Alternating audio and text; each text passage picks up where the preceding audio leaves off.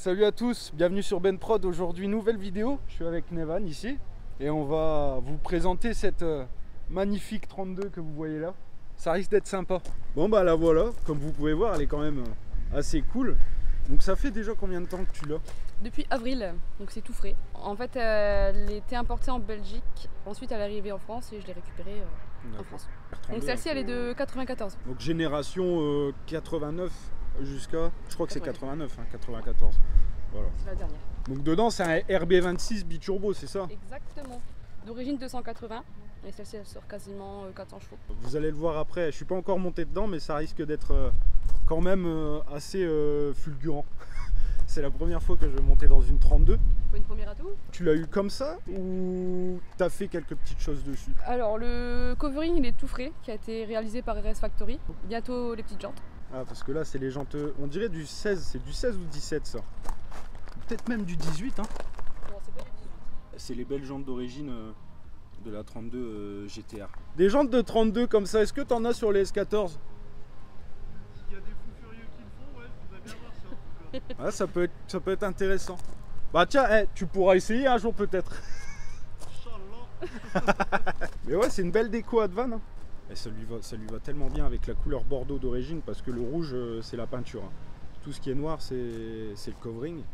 Mais ça rend tellement bien. T'as laissé les rétros rouges et je trouve quand même que ça va. Ça change. Ouais, voilà. Perso. Ça fait pas trop de noir, même le pare-choc rouge, tu vois, c'est nickel. Avec le petit contasta ici et ici que je vous mets là, de toute façon tout sera en description comme d'habitude. Et forcément c'est une RHD parce que elles n'ont pas été produites pour le marché européen. Les beaux récaros, ça va, ils sont quand même assez... Ils sont très confortables. Ils sont très confortables quand même. Avec la belle sortie, tu sais pas ce que c'est comme ligne, c'est la ligne d'origine ou... Non, c'est une ligne inox. Et là c'est le silencieux Jasmo qui va passer HKS bientôt. Ça sera une sortie comment, un peu du genre titane. Ouais, un beau lance-roquette. Mais vraiment ce cul que tu vois en fait que c'est celle qui a lancé la mode avec les doubles feux sur les GTR, tu vois, avec le beau skyline, le plus typique skyline. Ouais voilà, c'est ça. C'est ça. Godzilla, hein, la référence des GTR, la vraie Godzilla. Parce que c'est pas la R34, c'est celle-là. Oula. Parce que tout le monde dit la R34 c'est Godzilla, non c'est celle-là les gars. Ah j'avais pas vu le petit chat qui dit bonjour derrière. J'aime bien mettre des chatons partout. Comme vous pouvez voir là vraiment les compteurs sont vraiment axés sur le conducteur. Ça fait un peu penser quand tu vois les voitures sportives japonaises de ces années-là, les cadrans, les compteurs, tout ça c'est vraiment axé sur le conducteur. Ça va, t'es bien toi là-bas? Ah là, je profite là. Tu profites? De soleil avant un long hiver. Ouais, parce que là on est au mois d'octobre dans le nord, il fait encore bon. D'ailleurs, si vous voulez voir ça les gars, ça arrive prochainement sur la chaîne. Le fameux RB26. Ah il est beau hein. Elle est dans un état impeccable quand même, c'est hallucinant. Bon, elle est quasiment neuve, 55 000 km. Ah ouais. Ah ouais donc elle est neuve. Donc là t'as les turbos qui sont cachés en dessous en fait. T'as la petite dump valve. Ah ouais. Bah je pense ça, on va bien l'entendre juste carrément. après. Les RB ils ont une gueule, c'est comme le 2JZ en fait. Enfin, quand je dis c'est comme le 2JZ, ça fait la même chose quand tu le vois, tu vois. Il faut savoir que je crois que dans les GTST c'est le RB25 single turbo je crois. Et le radiateur Mishimoto. Avec l'échangeur juste là. Mais vous allez voir juste après, je pense que ça va être vraiment intéressant. La lame tu l'avais déjà ou pas? Oui, mais la lame du coup on va la peindre en rouge. Ouais, on va la peindre en rouge et on va rajouter un petit splitter. C'est quoi la couleur d'origine dessus? Donc c'est le Red Pearl. Red Pearl. Comme vous voyez, c'est des membres de l'équipe Next Level que je vous parle assez souvent avec avec RS Factory bien sûr qui s'occupe des voitures du crew. Et comme d'hab, hein, c'est toujours un très bon taf de la part de Seb. Écoutez-moi cette sonorité.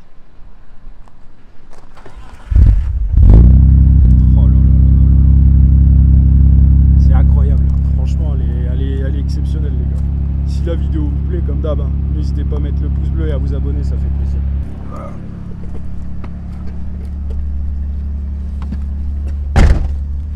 Putain ouais, ils tiennent, ils ont l'air de quand même bien te maintenir. Oh là là. Ah par contre, ouais, il y a petit pommeau de vitesse là, c'est un Nismo. Un Nismo. Il est tout beau. Je pensais pas que c'était aussi raide, mais je pense que c'est les combinés qui font ça. Après, je pense pas que ce soit une voiture qui est faite pour rouler à la campagne. Ouais. Là j'ai entendu là, vraiment légèrement la dump. Tu l'entends? Ouais, je souffle bien. Ah ouais. Et c'est rien.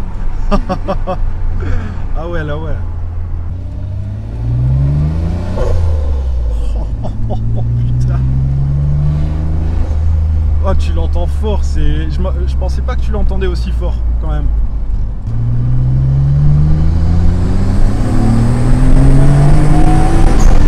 Oh sa mère. Oh. Oh.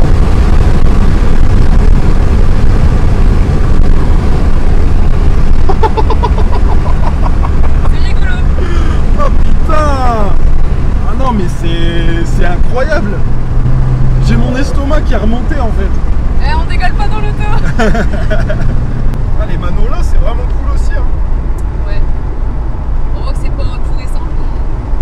Ah ouais mais ça fait le taf. C'est vraiment typique des voitures japonaises des années 90 quoi. Surtout le compteur avec la casquette au-dessus, ça c'est terrible. Moi j'aime bien les vieilles voitures. Ah ouais, c'est ce qu'il y a de mieux. Ma plus jeune c'est l'Integra 92, 99. Celle-là, elle venait où d'ailleurs ton Integra d'Angleterre du coup? Ouais, c'est une anglaise. Puis ici t'as des routes pour te faire plaisir en fait, c'est ça qui est bien. Carrément. Puis t'as une caisse qui tient le pavé quand même. Bah, c'est une 4 roues motrices, du coup. Ah ouais. Parce que pour ceux qui ne savent pas, enfin je pense que vous le savez, GTR quand même c'est 4RM donc... Parce qu'il y a beaucoup de gens qui m'ont dit bah pourquoi tu fais pas du drift avec ta voiture. Là je dis 4 roues motrices, ça risque d'être compliqué quand même. Ah ouais. Encore la 35, t'as un mode où tu peux le faire. Et encore, ça doit pas être aussi exceptionnel qu'un vrai propulsion. Mais si tu veux faire du drift avec une Sky, il faut que tu prennes une GTST ou une GTT, tu vois, pour parler.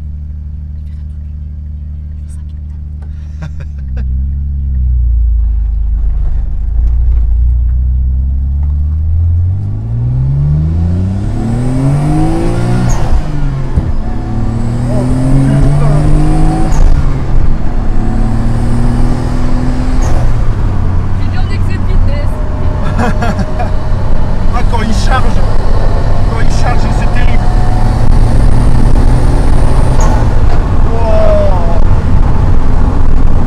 Bah, le biturbo il fait un travail monstre. Ah ouais, ça se sent direct. Hein. Quand il charge, t'as le coup de pied au cul là, c'est terrible. Dans le fond du ciel. Et niveau conso, tu regardes pas trop. Non, j'évite. Oh putain. Et ça a une l'air... bonne reprise aussi. Ah ouais, ça se sent. Elle a l'air de tenir la route aussi, c'est exceptionnel. C'est super précis, genre. C'est pas pour rien qu'on l'appelle Godzilla. D'ailleurs, là, elle a quasi 400. Oui. Mais comme tu as dit tout à l'heure, tous les internes ils sont d'origine. Interne du bloc. Ouais. Genre il n'y a pas de truc. Non, il y a juste la ligne, la Dumpalvage KS. Ouais, donc il est d'origine quoi. Ouais. Parce que sur les Jap de ces années-là, normalement tu as une bride à 280. Là la bride elle est sautée. Oui. Il y a une petite carto. Enfin, t'es déjà à quasi 400 chevaux, c'est magistral. Les Japonais, à cette époque-là, c'était vraiment des fous furieux. Des fous furieux, c'est le cas de le dire. Là, vraiment, ça confirme la chose, tu vois. En 3 coups de clé, entre guillemets, tu gagnes plus de 100 chevaux. C'est terrible. Oh, putain. Encore une fois, pour une caisse des années 90, ça fait le taf de ouf. Comparé à des caisses de maintenant, tu as plus de sensations là-dedans que dans des caisses plus récentes, on va dire. Enfin, tu as plus de charme aussi à rouler là-dedans que dans des caisses récentes. Bah, c'est pour ça qu'elle a eu sa réputation aussi. Ah bah ouais. Bah, je crois que c'est une des caisses pendant les courses des années 90 au Japon qui a plié tout le monde. En gros, c'est ça. En Australie aussi, je crois. Ouais, bah c'est les Australiens qui l'ont nommé Godzilla. Hmm. C'est rigolo, c'est la tête des gens en fait. Ah ouais, mais ils doivent choquer.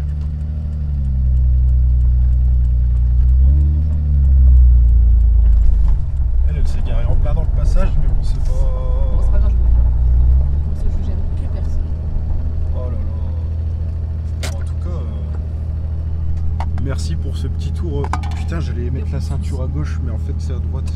J'ai tellement l'habitude d'être en conducteur. Mais ouais, à tour de fou là, franchement ça fait plaisir. Ça fait plaisir. C'est du bonheur. Ah ouais. Par contre t'es bien dans le siège, ça te maintient bien, c'est exceptionnel. Attends. Faut pas avoir trop de problèmes de dos. Bon bah voilà les gars, on a fait le petit tour dans la petite Godzilla juste ici. En tout cas, je tenais à remercier Nevan quand même. Y a pas de souci. Ça fait plaisir parce que depuis le temps que je voulais faire un tour là-dedans, vraiment c'est quelque chose. Je vais vous remettre quand même les petits Insta ici et ici. De toute façon, tout sera en description, donc n'hésitez pas à follow. Et comme d'hab aussi, c'est un taf qui a été réalisé par RS Factory 88. Pareil, en description comme d'habitude. Donc si vous voulez aller checker, n'hésitez pas, ça fait toujours plaisir. Bon, en tout cas, merci beaucoup d'avoir suivi cette vidéo. N'hésitez pas à mettre le petit pouce bleu, le commentaire et à vous abonner, ça fait plaisir. Et on se retrouve à la prochaine pour de prochaines vidéos. Avec celle qui est là-bas notamment.